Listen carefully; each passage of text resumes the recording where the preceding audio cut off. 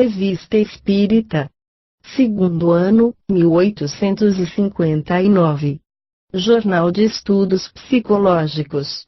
Publicada sob a direção de Allan Kardec. Março de 1859. Médiuns interesseiros. Em nosso artigo sobre os escolhos dos médiuns, colocamos a cupidez entre os defeitos que podem tomá-los presa de espíritos imperfeitos. Alguns desenvolvimentos sobre esse assunto não serão inúteis. É preciso colocar, em primeiro lugar, os médiuns interesseiros, aqueles que poderiam fazer um ofício de sua faculdade, dando as chamadas a consultas ou sessões retribuídas.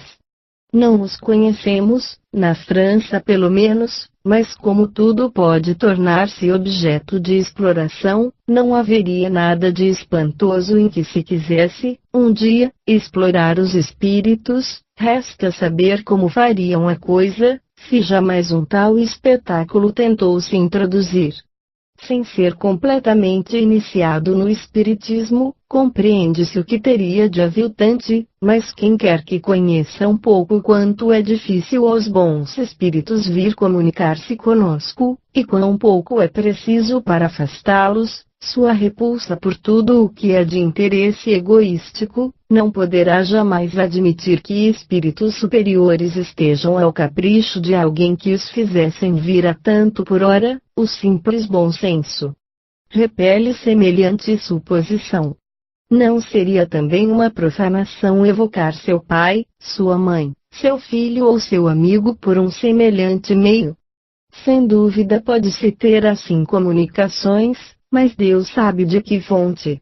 Os espíritos levianos, mentirosos, traquinas, zombeteiros e toda a multidão de espíritos inferiores, sempre vêm, e estão sempre prontos a responder a tudo. São Luís nos disse, outro dia, na sociedade, evocai o rochedo, ele vos responderá. Aquele que quer comunicações sérias, deve se edificar, antes de tudo, sobre a natureza da simpatia do médium com os seres de além-túmulo. Ora, aqueles que podem se entregar à atração do ganho não podem inspirar senão uma medíocre confiança. Os médiuns interesseiros não são unicamente aqueles que poderiam exigir uma retribuição fixa. O interesse não se traduz sempre na esperança de um ganho material, mas também pelas considerações ambiciosas de toda a natureza, sobre as quais podem fundar esperanças pessoais. Está ainda aí um defeito de que sabem aproveitar, muito bem, os espíritos zombadores, e os quais aproveitam com um jeito, uma astúcia verdadeiramente notável, embalando enganosas ilusões naqueles que se colocam, assim, sob sua dependência. Em resumo, a mediunidade é uma faculdade dada para o bem, e os bons espíritos se afastam de quem pretenda fazer dela uma escada para chegar ao que quer que seja, que não responda aos objetivos da providência.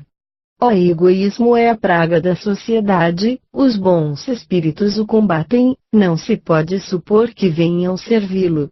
Isso é tão racional que seria inútil insistir muito sobre esse ponto.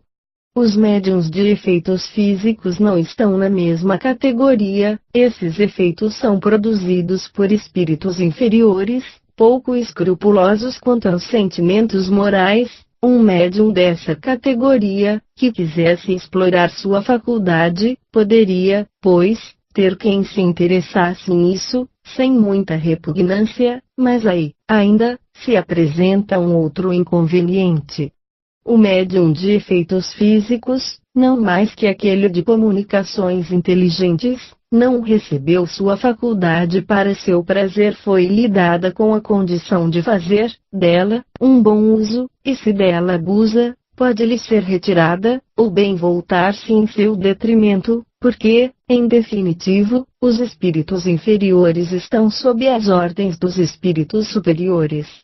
Os espíritos inferiores gostam muito de mistificar, mas não gostam de serem mistificados, prestando-se voluntariamente ao gracejo, às coisas curiosas. Não gostam, mais que os outros, de serem explorados, e provam, a cada instante, que têm sua vontade, que agem quando e como lhes pareça, o que faz com que o médium de efeitos físicos esteja ainda menos seguro da regularidade das manifestações, que o médium escrevente. Pretender produzi-las a dias e horas fixas, seria dar prova da mais profunda ignorância. Que fazer, então, para ganhar seu dinheiro? Simular os fenômenos, é o que pode ocorrer não somente àqueles que disso fariam um ofício confessado, mas mesmo às pessoas simples em aparência, e que se limitam a receberem uma retribuição qualquer dos visitantes. Se o espírito não dá, será suprido. A imaginação é fecunda quando se trata de ganhar dinheiro, é uma tese que desenvolveremos num artigo especial, a fim de colocar em guarda contra a fraude.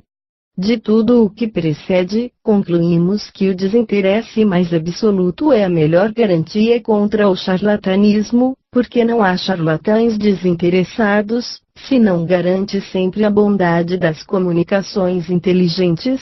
Rouba aos maus espíritos um poderoso meio de ação que fecha a boca de certos detratores.